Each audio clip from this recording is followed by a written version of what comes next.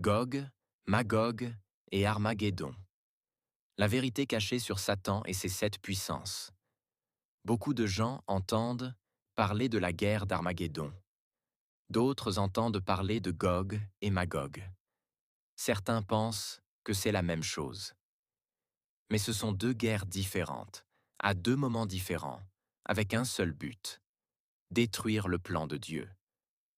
Mais ce que plusieurs ignorent, c'est que derrière ces guerres, il y a une organisation cachée, une bande d'esprits mauvais qui travaillent dans le monde depuis des siècles. Cette bande est dirigée par Lucifer, l'ancien ange de lumière, qui s'est révolté contre Dieu.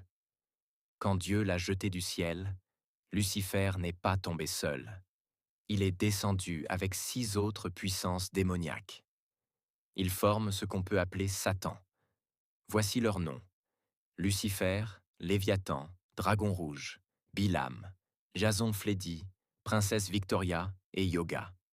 D'autres puissances de second rang sont tombées aussi. Apocalypse 12, verset 4 et Apocalypse 12, 7 à 9. Chacun agit dans un domaine pour contrôler le monde. Politique, finance, sexualité, religion, divertissement, etc. La guerre de Gog et Magog.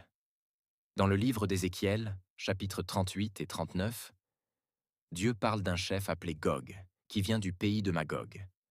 Il va rassembler plusieurs nations pour attaquer Israël, quand le pays sera tranquille, en paix.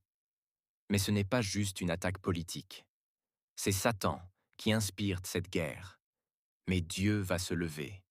Il va défendre Israël lui-même.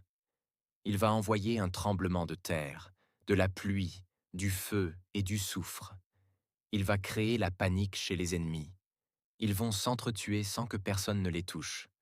Pourquoi? Pour que le monde sache que Dieu est toujours vivant et qu'Israël lui appartient toujours. La guerre d'Armageddon. Des années plus tard, une autre guerre va arriver. La guerre d'Armageddon. Cette fois, ce n'est pas juste Israël qui est visé, c'est Jésus-Christ lui-même. La Bible dit que toutes les nations vont se rassembler dans un lieu appelé Armageddon, en Israël. Elles vont suivre l'Antichrist, un homme méchant dirigé par Satan. Leur but?